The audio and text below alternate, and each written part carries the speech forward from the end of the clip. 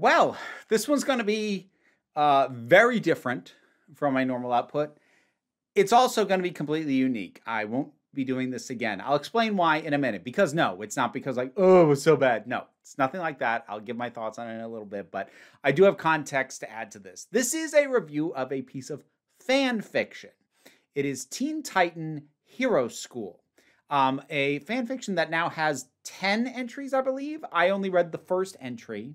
And it is still ongoing. Most recent entry went up earlier this year. So when I actually get to talking about it, if it sounds like anything you like, if you like fan fiction, I'll put a link down in the description to that work. So feel free to take a look at it. This was something that was commissioned by the author of the work. And as I have told with authors with more traditionally, or I believe it was actually self-published, but non-fan fiction works, when I've been commissioned to look at their stuff, that does not guarantee that I will say that I like it if I don't, but it's certainly worth for context to let you folks know. So to address why I say I will never do this again, it just has to do with my ADHD, because this commission is quite old and I've had a really hard time getting it done, basically because I don't think I will ever again take on a commission that is a written work that I can only engage with on a device that I could be doing something else with.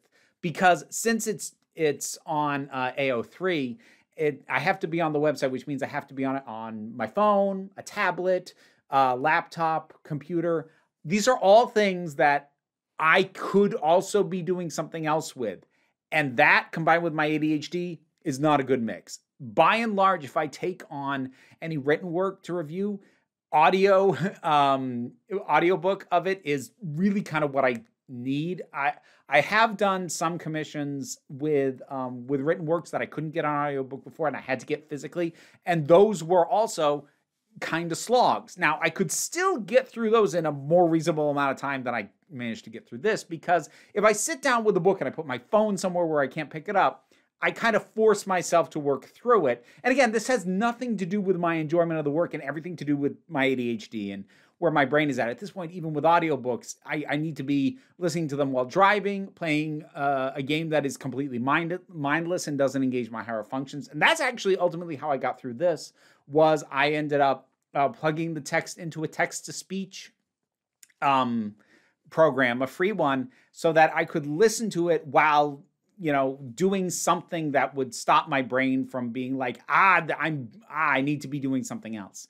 And I do realize that is not an ideal way to engage with something like this. So I'm admitting that freely up front, but it was kind of what I had to do to get through it. So I will not be taking any future commissions for fanfic at all, just because of my brain. The other thing that's worth noting, I have never really engaged in fanfic. I honestly have no business reviewing or critiquing fanfiction. It is an aspect of fandom that I have just never partaken in, either writing or reading. I briefly kind of touched on fanfiction, like back when I was still in college. I engaged a little bit with, well, frankly, the smutty end of fan fiction, but I bailed on that fairly quick just because I kept getting really irritated at canon breaks. Now, like, that was me 20 years ago. That kind of stuff doesn't bother me anymore, and thank goodness, because this, like many works of fan fiction, toys with and manipulates and has its own take on what is canon and has its own twists. And, like, I don't have a problem with that now, but that did mean that, like, at the age where I might have delved more into the just experience of fan fiction, I kind of pushed it away, and I have not gone back to try and engage with it since then. And at this point with my ADHD, yeah, that's just not happening. But this particular one, Teen Titan Hero School, it is a Teen Titan fan fiction, but also kind of take out of your head what you might think that means, because the actual makeup of the team is not, strictly speaking, made up of characters who I am used to seeing involved with the Teen Titans. And actually a number of characters might even be original. I did look up a couple of them and I'm like, okay, that is a character in DC. I've never heard of them. So there are some deep cuts in here. I didn't look up everyone that I didn't recognize, so some of them might be original or they might be obscure. But this is set in an alternate setting where there is sort of historically some sort of cataclysm that happened that caused heroes and villains to join up together. And in the wake of that, most villains have retired. And at this point, you have young aspiring heroes, aka kind of the Teen Titans, who are being trained by the elder statesmen of the superhero world. The main one that we spend time with is Wonder Woman, and Superman is also referenced. But there's also this new generation who have idolized villains. And it's sort of a weird dynamic where like young villains because they don't want to be restricted by the rules that heroes have to follow, they're still going that path, even though like the big super villains aren't really doing it at all anymore for the most part. And so we have a mix of characters because some of these younger characters in it are aged down. So sort of our main ones that we deal with, there is Starfire, who is a new arrival. And she is traditionally a member of the Teen Titans. We get some stuff with Robin, also a traditional member of the Teen Titans. However, we have aged down versions of both Supergirl and Lena Luthor. And while Lena Luthor clearly has some of her villainous inclinations, she is trying to walk the path of the hero, largely because she is crushing on Supergirl, which, yeah, that's cute. So we have that, and then we also have some other newer members. There's a member called there's a character who takes on the name of Sharky, even though it's noted that like there are other people using that as a name out in the world. We have a number of villain characters, again, most of which I did not recognize. And we sort of have the super school setup that you might expect from something like, say, X-Men when it's dealing with newcomers to the school, learning to work as a team, manage their powers, and sort of teenage shenanigans. And some of that has to do with actually combating villains or people idolizing villains. That there was a weird section that I had a little bit of trouble following that might have had more to do with the way I took it in, which again, I acknowledge is not ideal.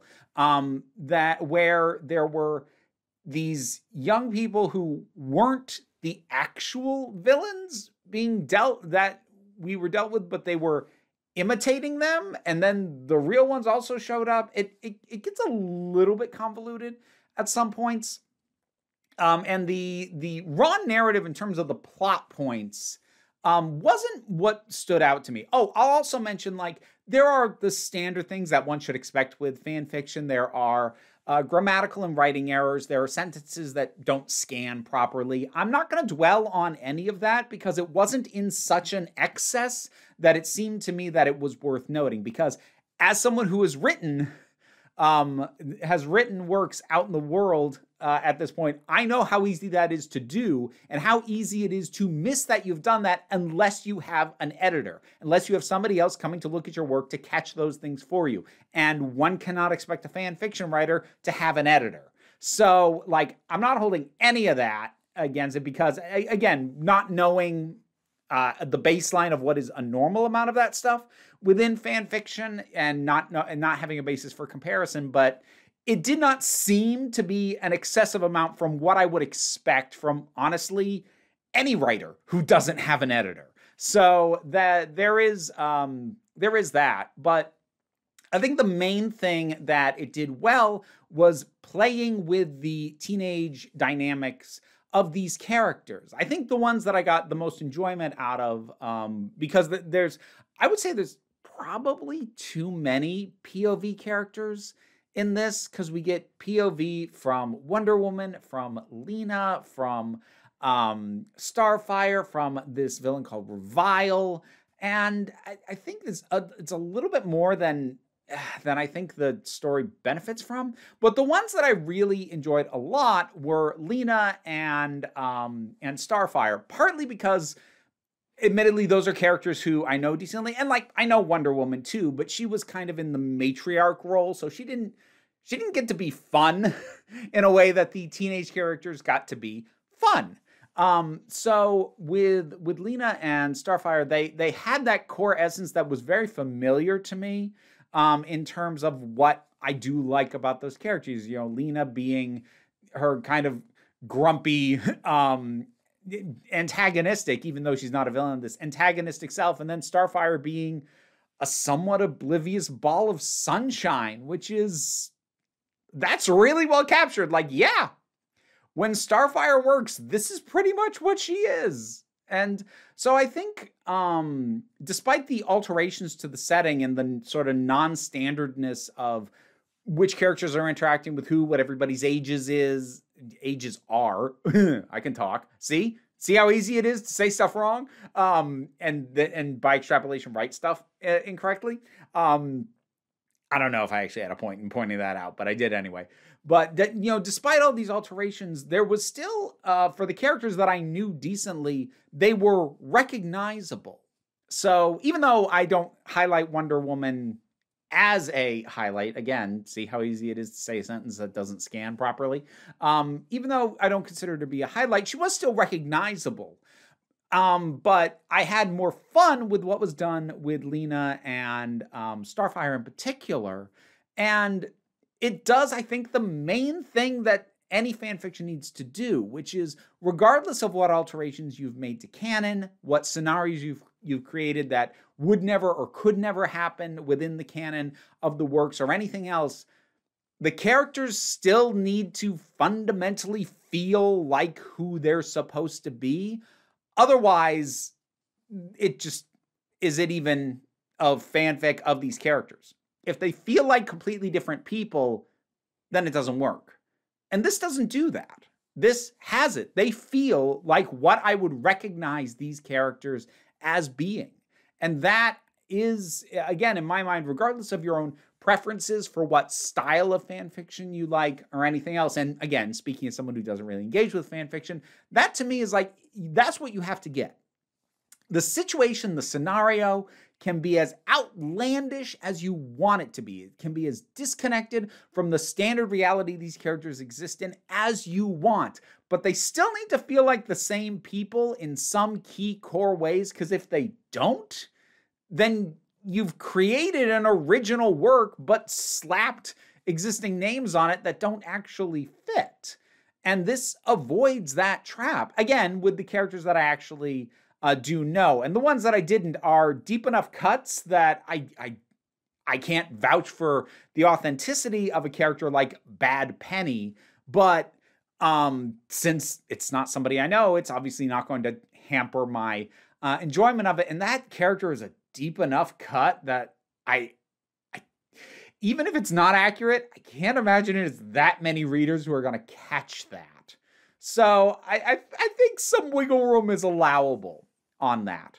So yeah, I again only read the first entry in this. As I said, it's up to 10 now. It is 17 chapters long. Each chapter is not particularly lengthy, but it keeps a decent pace. It does a bit where a couple of successive chapters have a certain part where it's like going over events we actually have already seen. So it's kind of giving another person's perspective on a scene we've already seen.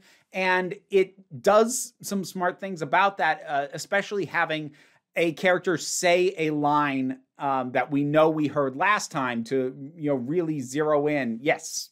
Okay, here's the thing here are the things that are absolutely the same in both, so you know where you are temporally. And again, possibly because of the way I was taking it in, that was incredibly helpful for me. I might have missed it otherwise, because it didn't open with, during the same minute as the previous chapter or anything like that, but it had good cues within it to have me pick up on it and not even be like, I'm confused. Oh, now I get it. Like, I got it. I got it from the get-go. So there's some nicely done pacing, and the way and the extent and the speed at which the relationships sort of build and these characters get a sense of each other, which again, I think mostly happens around Starfire, since most of the other characters have been around and have to some degree an existing dynamic before the start of the story, whereas she is a new arrival, and so there's the most progress to be made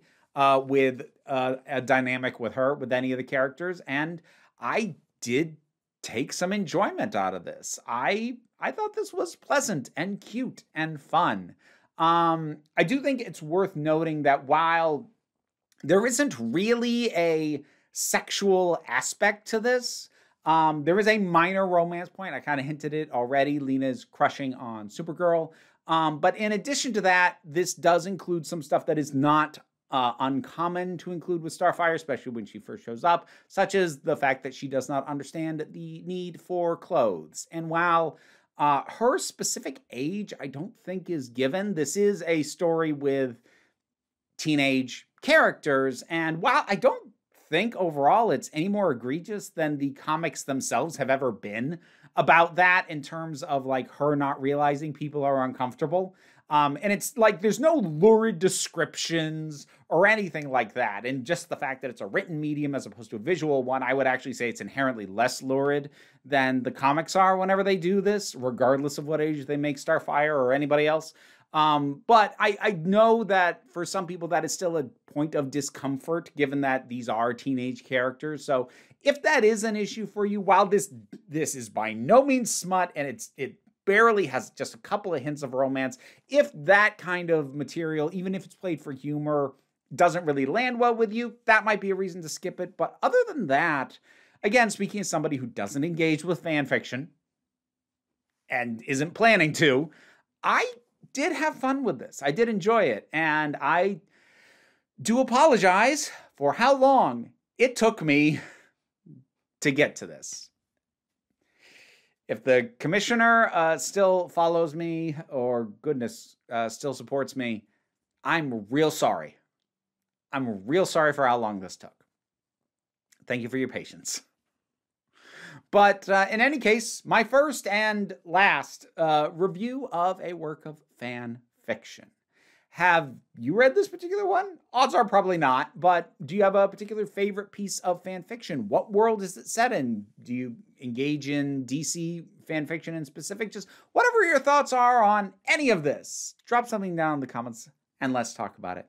Patreon is what pays the bills and was in fact how I was commissioned to review this. I am trying very hard to get the wait time down. Like the wait time on this, even for my backlog, was atypical because I kept doing other things because I was having such a hard time getting my brain to cooperate trying to get this done.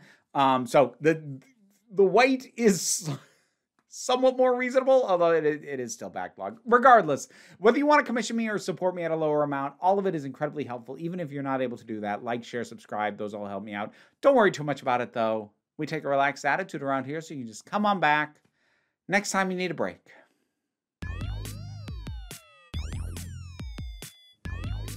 Now to thank my highest supporting patrons: Robin Moore, Zubin Lutfula, Goddess Elida, Oliver B., Tarak, the thing that goes doink in the anime, Fare Forit, Ulrich Bogdan, Loki Eris, Melinda Walters, Jen, AuntieKate808, Becky Sparks, Fernabilax the Poodle, Tracy Scrabbit, Angry Casperl, Dave Hall, White Bearish, Rosalind Bennett, Toku Bluhuvian, Pau Barabajago, and Mara G.